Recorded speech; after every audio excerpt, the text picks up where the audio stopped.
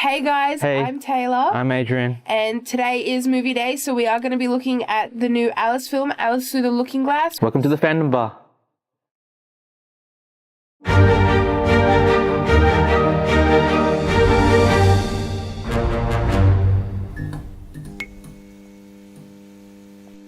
Okay, today's drink is the Mad Hatter, inspired by Alice Through the Looking Glass. Yeah, so we're going to be reviewing the film a bit later in the show.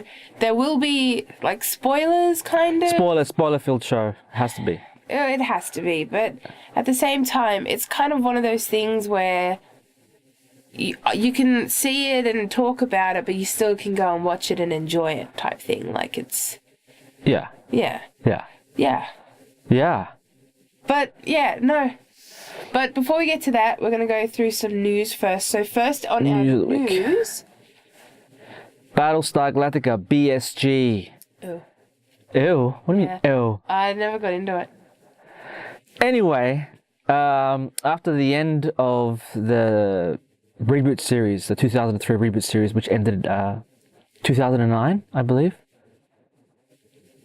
I don't know. Well, 2009. Well, Universal Pictures has been trying to make the BSG feature film, but nothing's happened.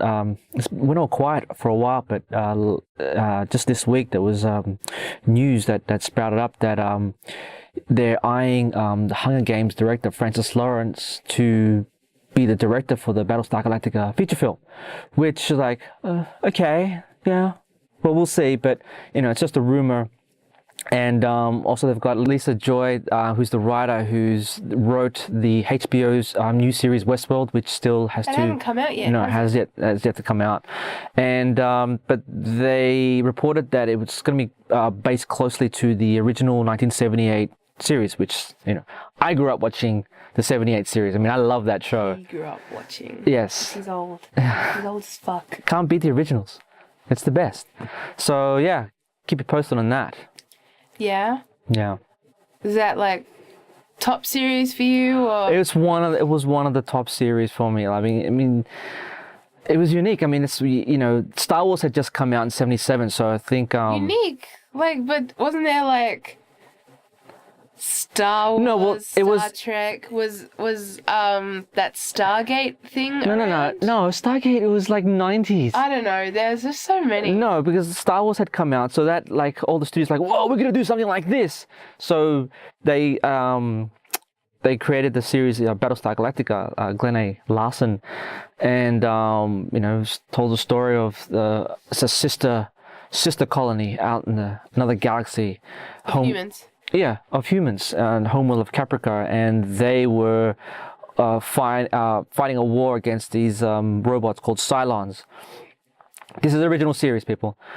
And the Cylons led an attack that destroyed the Caprica homeworld, which means the last remaining humans had to escape and find home, but a new home. But then Commander Adama, what's so funny? You're such a geek. Because it's awesome that Commander Adama says, well, there's a sister planet called Earth. We've got to go find Earth. So, they set out, the remaining ships set out to space to find Earth. So it's literally the reverse of Star Trek.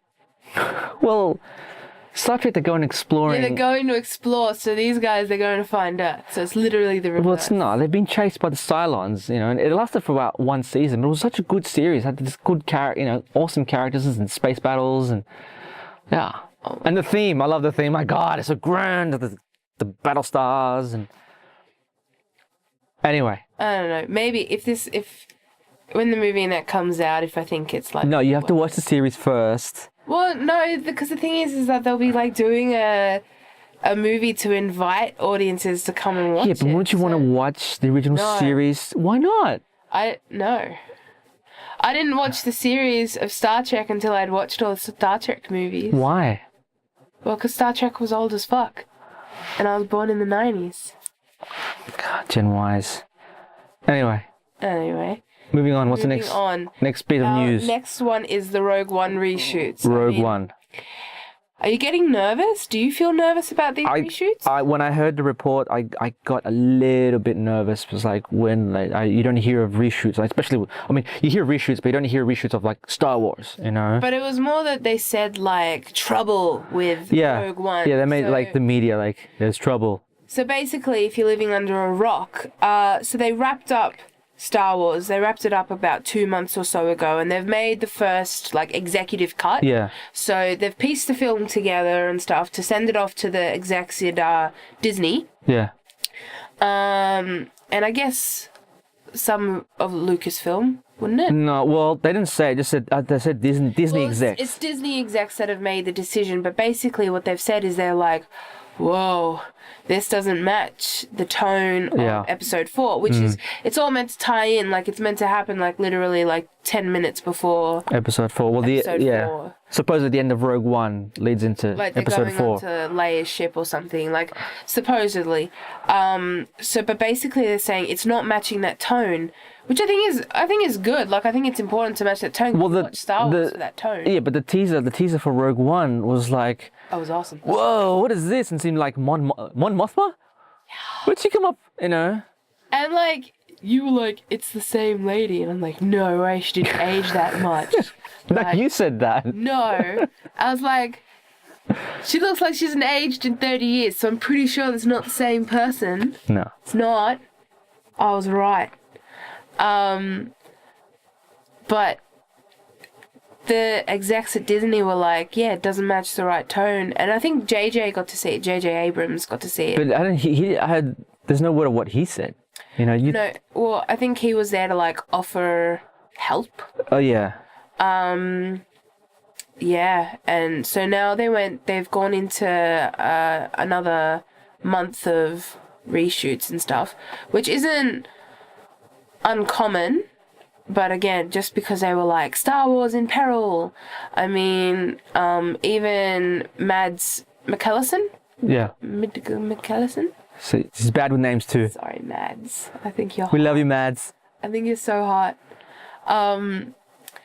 Yeah, even he said, I've done reshoots on just about every budget movie that I've gone. It's standard. Yeah. So, and then he's worked on some, like, big budget things and stuff, and just come off the series Hannibal, which was amazing. I never watched it. It was so good. It was so good. It's on the to-do list. Never made, like, humans look more delicious than Mads just cutting. That shit was porn.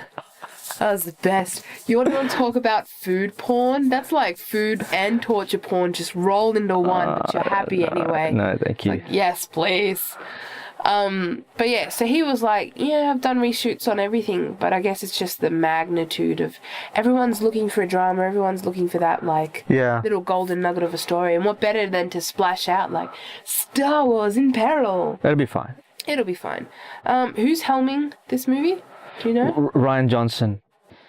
But and John Williams isn't doing the score for this. No.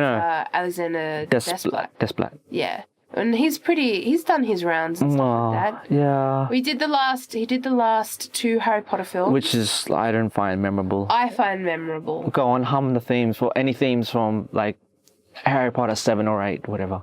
I can, but I have a cold and... Excuses. No. But my favourite film is like... It's like Lily's theme. It was like hauntingly beautiful. So, booyah shaka. Hauntingly. It was hauntingly beautiful. I'm sure Alexander will do a good job, you know, because like when you think of Star Wars, you think of... He did do the Twilight series, so we've kind of got to hold that against It's just...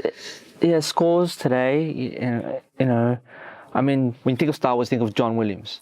Yeah, of course. Speaking of Star Wars Episode 8...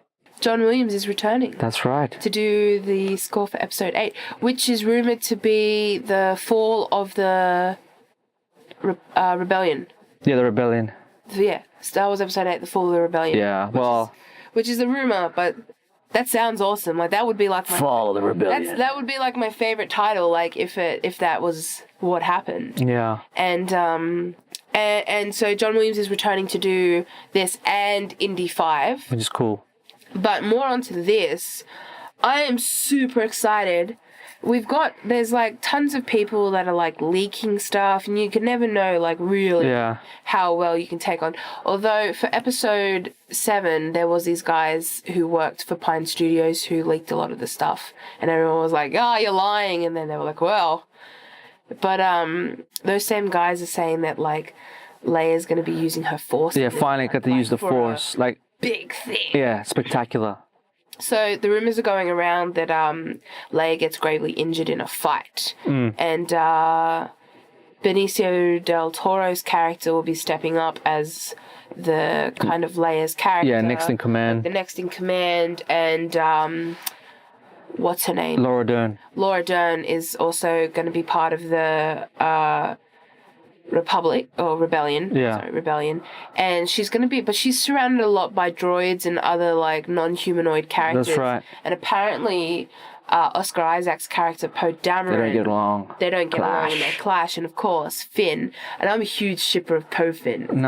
Please Disney. No. Yeah, and so because they're in love, it's not necessary. They start fighting together, but I'll be damned if I don't want to see like old man Luke and just like Rey training the shit out. Well, they are. I mean, there was the reports that Kylo and his Knights of Ren come to the island and there's a battle, and Luke kicks their ass, fucks them up. Yeah, and so they have to retreat. So, and there was the latest report this week that even Rian Johnson saying Rey's not a Skywalker. And we will not find out her parentage even in episode 8. So this is bullshit. But I'm still ready to fight anyone who tells me, "See, it is a Kenobi." No, that's she's Anakin reincarnated, like the chosen one. Well, that's what they're saying as well. He could be Anakin reincarnated, but I don't know. But JJ is like notorious for lies. For lies. Yeah, I know. It's not Khan. It's Khan. Sorry, guys. But JJ did say, Rey's parents aren't in the movie, like in episode 7 and stuff. Yeah. And then he was like, I got to take it back because I can't really say that. That's right. But so, JJ's fucking with our minds. But we'll see. And there was a trailer, I think it might be a trailer announcement for episode 8 later on this year. Well, it would pair with Rogue One, wouldn't it? It could. I mean, I wouldn't be surprised if they put the trailer for episode 8 with Rogue One. I mean, that'd be smart. Well, the teaser trailer. The fanboys a while. Yeah. I would imagine I just hope like Rogue One, you go in and you get that feeling like I'm watching a Star Wars film. Well, we'll see. I mean, I got excited with the trailer, so the first teaser, so... Yeah, I mean, it's badass. And because you get to see, supposedly, Darth Vader. Yeah, Darth Vader, like hardcore. Darth Vader in his, the reason why he only had, 18 minutes of screen time in episode 4. Because he's a badass. But now we need to get to see why. Yeah. I'm so psyched. We have our review of Alice Through the Looking Glass. So, here's the point where you kind of want to... maybe mute, just watch us in silence. Or just watch us, because... get our good looks. We're awesome. So awesome. What do you think? I liked it. Yeah, so did I. I was surprised. It's been 6 years since... I thought it was 2 years ago they did the first one. Concept of time. It was 6 years? Yeah. Damn. Because I was in year 10. Oh my God. And but Tim Burton didn't helm this one. No, he produced was a producer, but it was still very... Yeah, it feels and looks... It took the Tim Burton-esque type to it. And... I forgot that it wasn't, when you're watching it, you think that Tim's directing it. Well, he's known to be a shadow director. Yeah. Anyone seen... You should do this! Mystery Man? Yeah. But that's a different thing because you know that he directed that. That's Tim Burton. He just took his shades off and Johnny didn't recognize him. Who's that man? I liked that this one was, I don't know, I can't forget my memory, but the first one was very Mad Hatter centric in the first film. They focused a lot on the Hatter. What? And this one wasn't? I know the whole thing was about the It was about him, but it was it was more of Alice. You saw more of Alice in her adventures, doing stuff. Like she wasn't always See, team. I think this is like the complete opposite, because the last one focused on Alice getting her muchness back, getting the belief in the in herself. No, I know that. I'm talking more of the Hatter was always there with her. But it was her alone doing an adventure, going through this, seeing time, and going to the time machine. Like you know what I'm saying? It was her. I don't know. I think it's the opposite. I think. Well, I like that, but this one's very like Hatter centric. Like you got to. See of course, that's yeah. I mean, that was cool. But I love it's time travel movie. I love time travel movies. So in this one, it's mainly focused on the Hatter, who is not feeling that well. Basically, he found a little hat that he had made for his father, and he's basically like, they're alive, and he needs Alice to believe in him to help find them. Yeah, and 'cause Alice had this moment of self-doubt. She was like, I don't believe you are not you. And Hatter just like lost his shit and was like, get out. But and sorry, we've skipped ahead, but just before that, Alice has come off her journey. Like the last movie you see is she went to China on the ship. She was going to China, so she's captain of the ship. She's coming off. She gate crashes Hamish's party. Hamish, yeah. His father had died, so he had taken over the company, and he was basically like, "Hey, you're not going to be a captain anymore, but I will make you my secretary." Yeah. No. You just want to punch the bastard. I didn't like my ignorance. I never read the Alice book, so seeing Alice on the opening sequence on they're being chased by the ships in China and the action sequence, and she's a captain. Like this wasn't in the books. I know that. I didn't know that wasn't in the books, but I kind of like that. The only thing that's from the books is like the stepping through the looking glass. Well, the characters are always there, like Humpty Dumpty sequence. Time and all that. They're all in the books, but. Speaking of, so Alice comes in and she's talked to the Hatter and basically is like, I need to find out what happened to them. Yeah. So Alice, in all her colourful glory, gets told by Miranda, the White Queen, that she needs to go and see Time. So played by Sasha Baron Cohen. He was so good. He was awesome. He was so good. Hold on, I got a picture of him as Time. Yeah. I mean, like the way the trailers portray is like it's the bad guy. But Time's just Time. He's just Time, but he was awesome. He was a cool character. He was funny. I reckon he was the best thing about this movie. Yeah. Like just him chasing through with his little makeshift time machine. But even more than that, just like so I have to give a bit of myself to you so you can have a bit of yourself for me to talk to me. Yeah. Can I have a bit of your time? Ha! I am Time. Yeah. And then where he's always like blaming his clocks and that his seconds for his mistakes. Like, thank you for owning up to your mistake. Yeah. He was just funny, and I feel like maybe they let Sasha write some of his lines, or they might be ad-libbed. Yeah, I would say it'd be like ad-lib. I mean, but he just played it so well. He was good, and it was I mean, I liked the movie. I didn't like the fact that it was centered around the Red Queen. The history. And the history of the Red Queen. Why she became like the Red Queen and all that. Yeah, and so you find out through everything how Erasabeth got her large head and, the unfairness of it all. Why the feud between both of them. Why they hate each other and how Miranda became the queen and stuff, even though she was their youngest. Yes. So I felt like it was adding a complication that it didn't need to. I thought just sticking to the fact that, time is like disintegrating. Yeah, I know, but they needed that the why.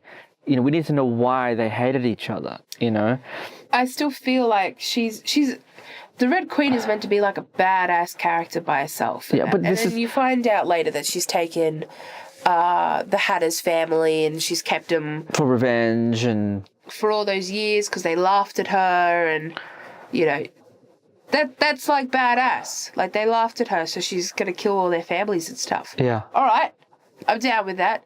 But at the end, it kind of had this hallmark moment where they were like, oh, I'm sorry, we were feuding and we were fighting and all tears and that. I felt like it didn't need that. Well, I mean, it was the whole point, the whole catalyst of their relationship breaking down was, you know, what was it? The tart? The tart. The little tart. But I mean, The lie. that's the little thing that can create ripples, you know, through, you know, in time. And that's something else finds out, like, you can't change the past. You can only kind of learn from it. But it's like, you know, when Gandalf, Lord of the Rings, just side note, when Galadriel says to Frodo, even the smallest things can have, was it big impact or something like that? Yeah. It was that message, that the smallest thing, her taking the tart and lying, destroys, you know, the big impact. That's how you know you're like a nerd, when you've gotten like, you've managed to reference Lord of the Rings to Alice in Wonderland. Way to go with that. But I just felt like, I don't know, like maybe it didn't need that hallmark ending. Well, I mean, it's a kid's film, you know. Is it really? Well, it's family, it's adventure, you know. It's a formula. You gotta have the formula. And then, of course, so Alice saves the High Top family, and she has to say goodbye to her friends because they feel like it's the last time. And I think this is the last movie that they're making, because there was only ever 2 books. Pretty sure. Isn't there any more books? No, I'm pretty sure it's only the 2 that I know of. But we must research. Something to look into. We must consult the Google. The Google. The Google. But yeah, so she's had to say goodbye. It was kind of more of a final tone. She's going up against Hamish now with her own business with her mother. Yeah. And they're sailing around the world. But yeah, I mean, I liked it. I thought it was... Yeah, I loved it. Love Cheshire. Always love Cheshire. Oh, yeah. Stephen Fry as the Cheshire Cat. Yeah. It's pretty good. Not my favourite Cheshire. Why? No, I love the 56 version. The cartoon. Why? The original. Because he's just like... Dun, dun, dun, dun, dun. Yeah, I know, but this is cool. This Cheshire's like how he's like turning and spinning. And... But he's less mystical. Like, he's just there and he says exactly what... Like, there's no figuring out. There's no... I know, but this is like Tim Burton's Alice in Wonderland, so it's that vision. And I get that, but I like the pink and the purple, and I like...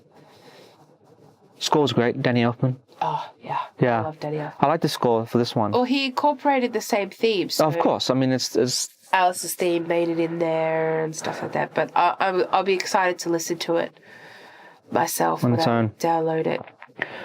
So how many Cheshire Cats do you give this out of 5? I'm gonna go like a 4. Yeah, I give it 4 Cheshire Cats. 3.5, 4. The recipes for the Mad Hatter can be found below.